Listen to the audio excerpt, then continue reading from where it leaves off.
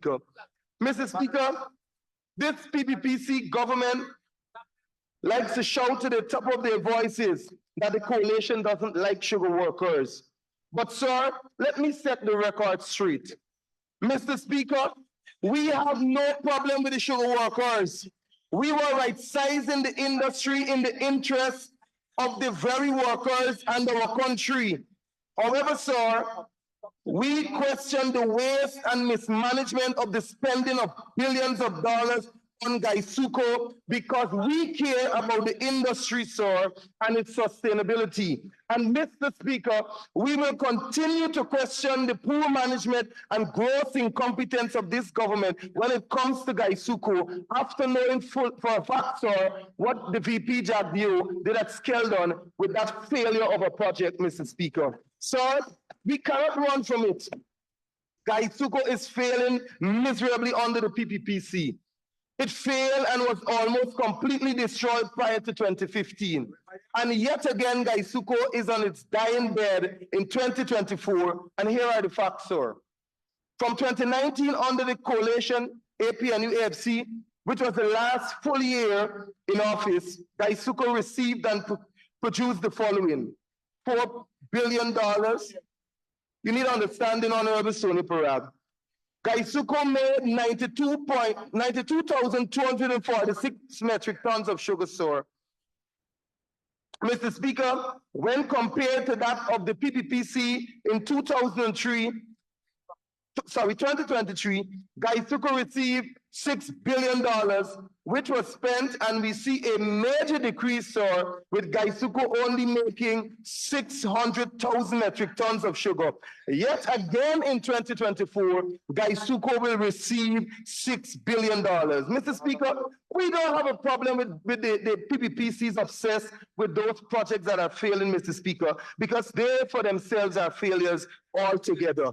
Mr. Speaker, in short, GUYSUCO received approximately $4 billion in support from the APNU AFC government annually as a plan to ensure it returns to optimal production and sustainability. Then moving to viability, and sir, it produced at an average 100 metric tons of sugar annually under the APNU AFC. While under the PPPC, GUYSUCO received over $30 billion, sir, and all public servants must know, all Guyanese must know, over $30 billion in just under 3 years. And now it's producing an average of about 50,000 metric tons of sugar annually. Mr. Speaker, this is 50% less than what we produce under the APNU AFC government. Mr. Speaker, that represents the failure of this PPP administration. Mr. Speaker, the bottom line is, sir, that the APNU AFC coalition government prudently managed GUYSUCO, and the industry was better off aiming to be viable and self-sustainable. Yes.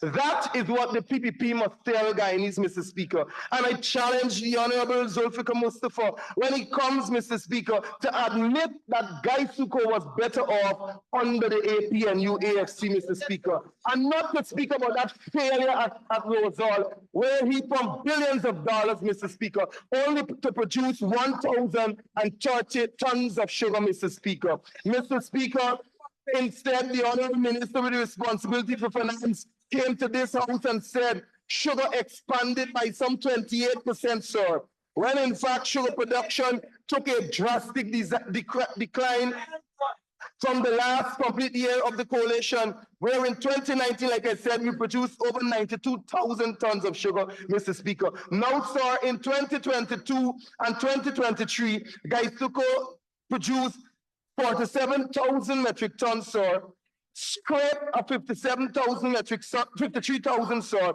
and now, sir, producing 60 metric tons of sugar, respectively. Sir, what the minister did not tell the nation is that the sugar production target was reduced twice, and sir, most laughable. A third time just to meet what the Minister of Agriculture would call achieving one's target. Mr. Speaker, the Minister of Agriculture should pack his bag and go home and stop spending and wasting taxpayers' money on GUYSUCO. As a matter of fact, sir, the entire board and management of GUYSUCO's, the head, sir, should pack their bags and leave and allow that corporation to grow and prosper, Mr. Speaker. Mr. Speaker, what a travesty it is for the minister to be talking about an increase in sugar production.